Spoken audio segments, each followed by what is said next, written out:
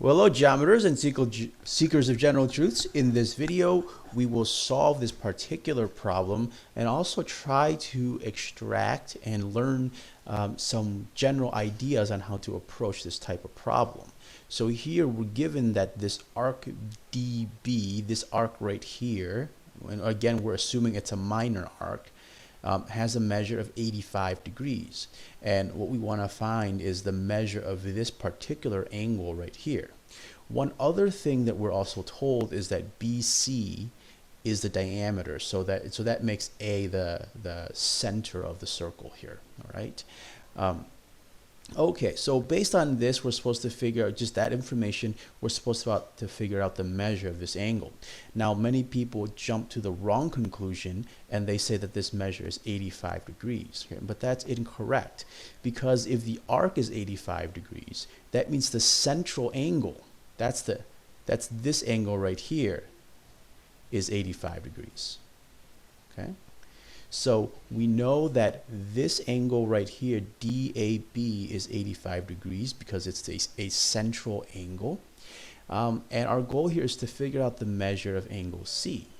And one of the strategies for working with these types of problems, especially problems that involve segments inside of a circle, is to use the radii as often as we can. So let me just write that down here so that we can have that in mind, because that's a general process for solving these types of questions, these types of problems. Okay, and so what I mean by this is that if you notice that because we have radii, right, of the circle, they have to be congruent to each other.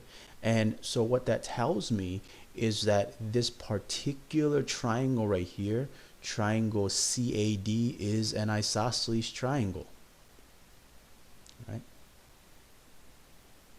And once we know that, well, there's a lot more that we can figure out. Okay, so now we do a little bit of angle chasing here.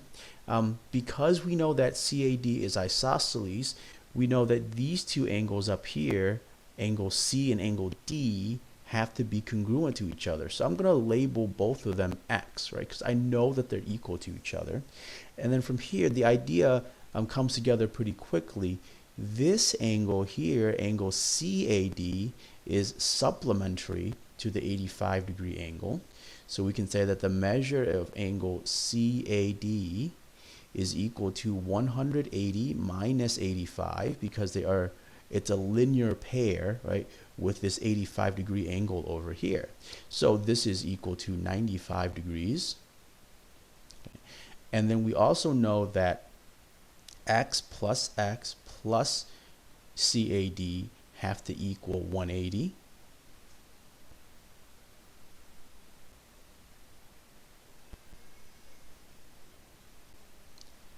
Okay, so we can now make those substitutions and simplify. 2x plus 95 is equal to 180. Subtract 95 from both sides and we get 85.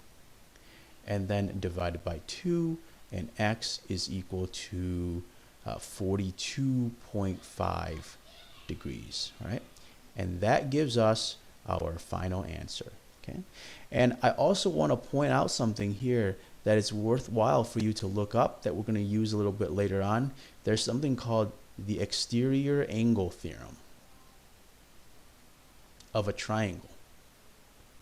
Okay, so another approach that we can look at is, if you remember what this theorem says, namely that these two angles here, these two here, have to add up to this. So if I call this angle here A, this angle here B, those, and this angle out here C, then the two interior angles here have to add up to this one exterior angle.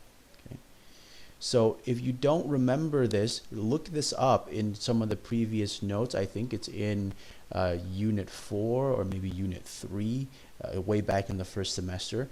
But it's highly useful, because you can see here that using the exterior angle theorem, we can say that x plus x is equal to 85, right? X plus x is equal to 85. This is using the exterior angle theorem. 2x is equal to 85, right? So x is equal to 42.5, right? which is the same thing we got. And we get there a little bit faster, and it can simplify some of the other problems a little bit quicker for us. All right, so now we've seen some vocabulary and we've seen an example. Thank you for watching and have a wonderful day.